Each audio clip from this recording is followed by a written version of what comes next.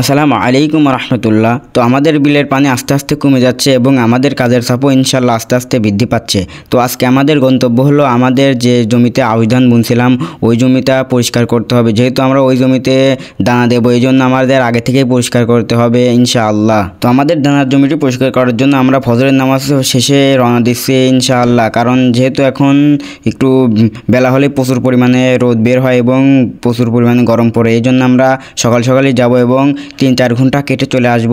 তো আগে আমার আব্বু কাটার জন্য চলে গিয়েছিল এবং পরবর্তীতে আমি আসি। তো এসে দেখতে পাচ্ছেন যে আমাদের এদিক দিয়ে প্রচুর পরিমাণ পানি ছিল। 5-7 দিনের মধ্যে এই পানিগুলো নেমে যায় এবং আমাদের হচ্ছে যে দানা এখানে দেবো ইনশাল্লাহ। এখানে আউশ ধান ছিল, তো আমরা কয়েকদিন আগে এই আউশ ধানগুলো কাটছি। তো ওই কাটার ভিডিও আপনাদের মাঝে উপস্থাপন করতে পারি নাই। তো আপনারা দেখতে পাচ্ছেন যে এখানে আসার পর আমি এবং আমার আব্বু মিলে অনেকখানি কেটে ফেলছি আমাদের এই আউশ ধানের যে উপরের লাড়া, আমরা বলি এখানে লাড়া। তো এইগুলো সুন্দরভাবে আমরা রেখে দেবো এবং পরবর্তীতে আমরা যে রসুন লাগাবো ওই রসুনের জমিতে এইগুলো সুন্দরভাবে বিছিয়ে দেবো। তো দেখতে পাচ্ছেন আমি এবং আমার আব্বু সুন্দরভাবে এই লাড়াগুলো প্রায় অনেক কেটে ফেলেছি। এই লাড়াগুলো কাটতে আমাদের একটু সময় বেশি লাগতেছিল, কারণ এই লাড়ার মধ্যে ছিল ঘাস এবং সেন্টি যে ঘাস আছে ওইগুলো একদম ছড়ায় ছিল। তো এইগুলো থাকার কারণে আমরা তেমন একটা তাড়াতাড়ি কাটতে পারছিলাম না এবং ওইগুলো আমাদের একদম নিচ থেকে কেটে দিতে হচ্ছিল।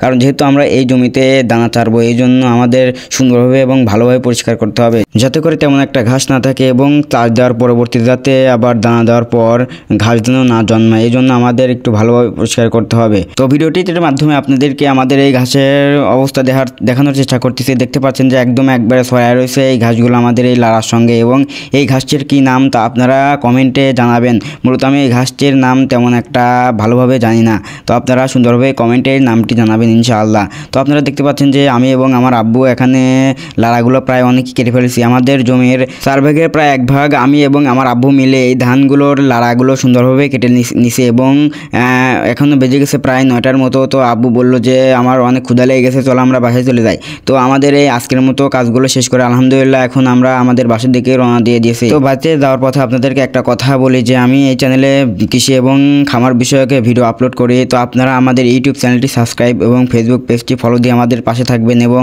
এই ভিডিওটি ভালো লাগলে একটি লাইক, কমেন্ট এবং শেয়ার করে সবার কাছে ছড়িয়ে দিবেন। তো আমাদের জন্য দোয়া করবেন, আল্লাহ তাআলা যেন আমাদের কৃষি এবং খামারে বারাকাত দান করে। আসসালামু আলাইকুম রহমতুল্লাহ।